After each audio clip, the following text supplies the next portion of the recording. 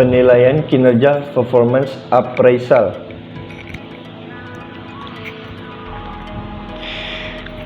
Materi yang ingin saya jelaskan di sini ialah pengertian penilaian kinerja, kegunaan penilaian kinerja, dan metode-metode dalam penilaian kinerja. Kali ini saya ingin menjelaskan tentang pengertian penilaian kinerja. Penilaian kinerja adalah suatu penilaian formal mengenai seberapa baik karyawan melakukan pekerjaan mereka, yang diulas oleh Griffin pada tahun 2004. Kemudian selanjutnya pengertian penilaian kinerja, yaitu performance appraisal, setting work standard, assessing performance, and providing feedback to employees to motivate, correct, and continue their performance. Jadi artinya di sini ialah setting work standard, assessing performance, yaitu menetapkan standar kerja, menilai kinerja, dan memberikan umpan balik kepada karyawan untuk memotivasi, mengoreksi, dan melanjutkan kinerja mereka. Kemudian selanjutnya ialah kriteria penilaian kinerja, performance kriteria, yaitu objektif. Objektif mengukur kinerja jabatan yang mudah dikuantitaskan. Subjektif mengukur kinerja jabatan yang meliputi pemberian peringkat atau pertimbangan kinerja. Penilaian kinerja. 1. Hasil atau produk kerja. Ukuran yang paling objektif ialah dapat diukur secara kuantitatif, yaitu contohnya jumlah batang rokok yang dapat dilinting, atau berapa kilo daun teh yang dapat dipetik, atau juga berapa unit mobil yang dapat dijual, atau kualitas barang yang dapat dihasilkan. Kemudian penilaian kinerja. 2. Perilaku pekerjaan. Perilaku pekerjaan yang efektif, perilaku yang mengarah ke tercapaian hasil yang diharapkan, contohnya teamwork, toleransi, saling memahami, dan tenggang rasa. Kemudian masih di penilaian kinerja. 3. Ciri-cirinya. Ciri-ciri kepribadian. Ciri-ciri kepribadian yang dimiliki oleh SDM yang menunjang kinerjanya adalah 1. Ciri kepemimpinan, 2. Kecermatan, ketiga kestabilan emosional, keempat inteligensi.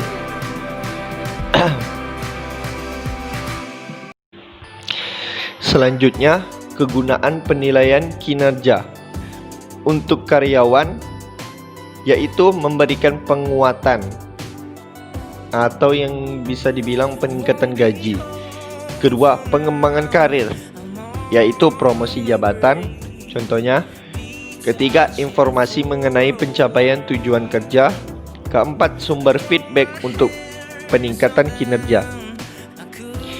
Kemudian masih di kegunaan penilaian kinerja, yaitu untuk supervisor sebagai dasar untuk mengambil keputusan karyawan.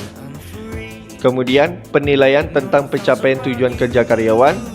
Selanjutnya, kesempatan untuk menyediakan feedback konstruktif pada karyawan dan kesempatan untuk berinteraksi dengan anak buah. Kemudian masih di kegunaan penilaian kinerja, yaitu untuk organisasi. 1. Penilaian produktivitas individu dan unit kerja. Kedua, validasi untuk metode seleksi dan penempatan. Ketiga, mengenali dan memotivasi karyawan. Keempat, sumber informasi kebutuhan pelatihan karyawan. Kelima, evaluasi keefektifan intervensi organisasi, yaitu program pelatihan, perubahan sistem, dan lain-lain. Kemudian masuk ke standar kinerja. Standar kinerja atau performance standards adalah tolak ukur benchmark yang digunakan untuk mengukur kinerja. Kemudian keduanya, agar efektif, standar tersebut harus terkait dengan hasil yang diharapkan dari suatu jabatan.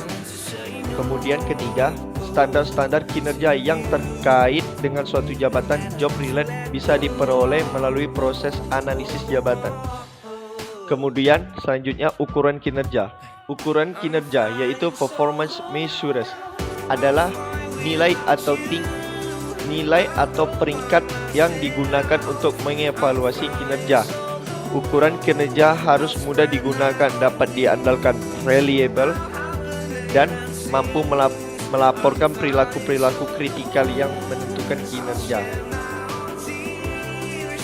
Langkah-langkah penilaian kinerja yaitu 1. Menjabarkan jabatan dan menyusun kriteria. Kedua, menilai kinerja. Ketiga, menyediakan umpan balik.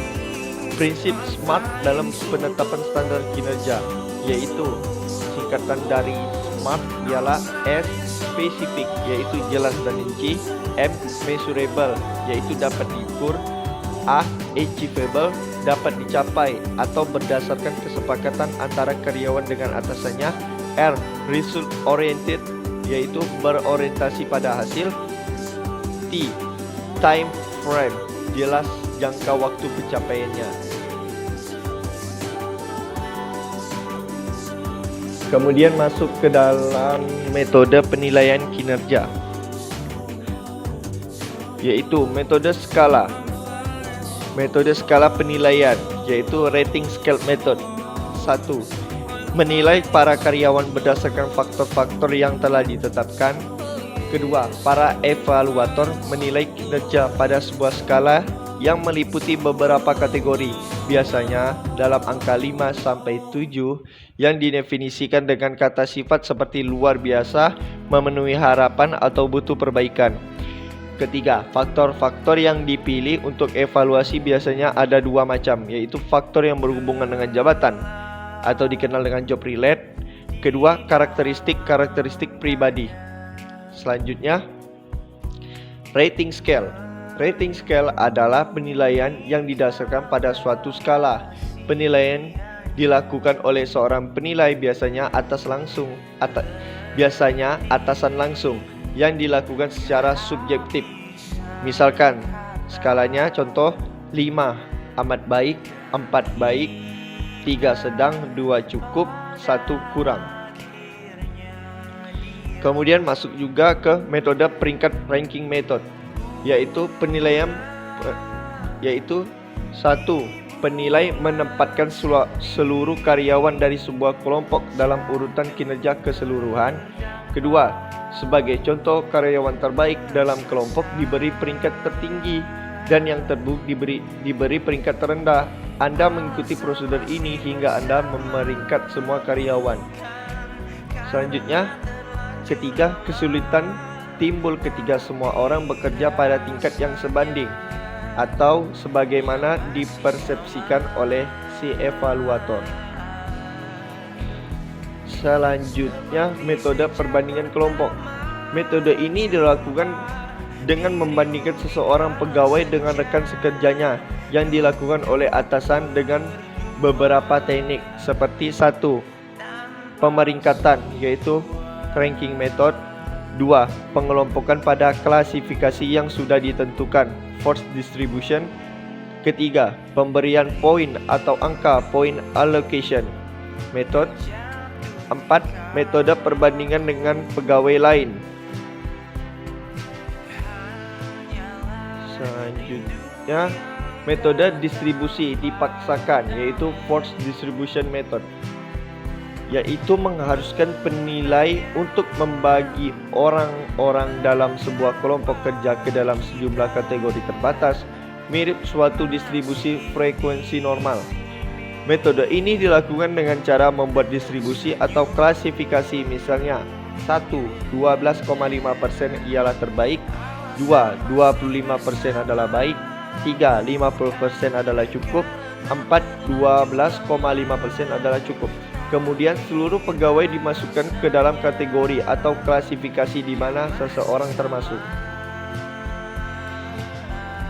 Selanjutnya, critical incident technique adalah penilaian yang didasarkan pada perilaku khusus yang dilakukan di tempat kerja, baik perilaku yang baik atau tidak baik. Penilaian dilakukan melalui observasi langsung ke tempat kerja, kemudian mencatat perilaku-perilaku kritis dan mencatat tanggal dan waktu terjadinya perilaku tersebut.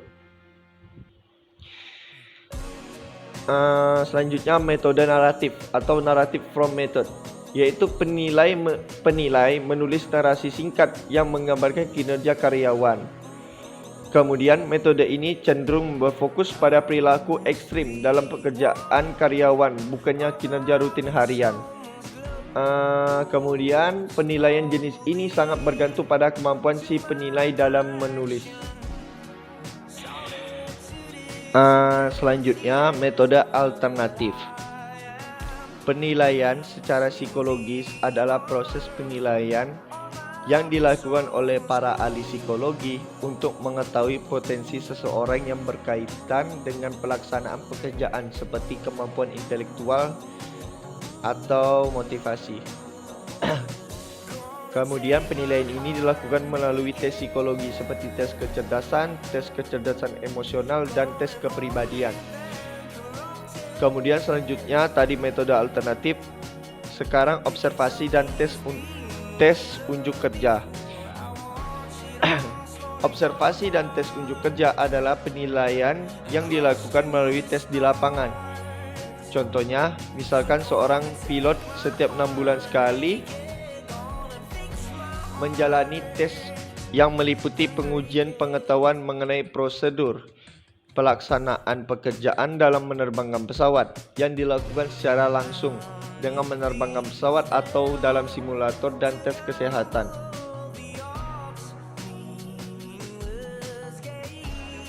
Kemudian metode penilaian umpan balik 360 derajat, yaitu meliputi masukan evaluasi dari banyak level dalam perusahaan, sebagaimana pula dari sumber-sumber eksternal. Selanjutnya dalam metode ini, orang-orang di sekitar karyawan yang dinilai bisa memberikan nilai, termasuk manajer senior, karyawan itu sendiri, atasan, bawahan, anggota tim, dan pelanggan internal atau eksternal.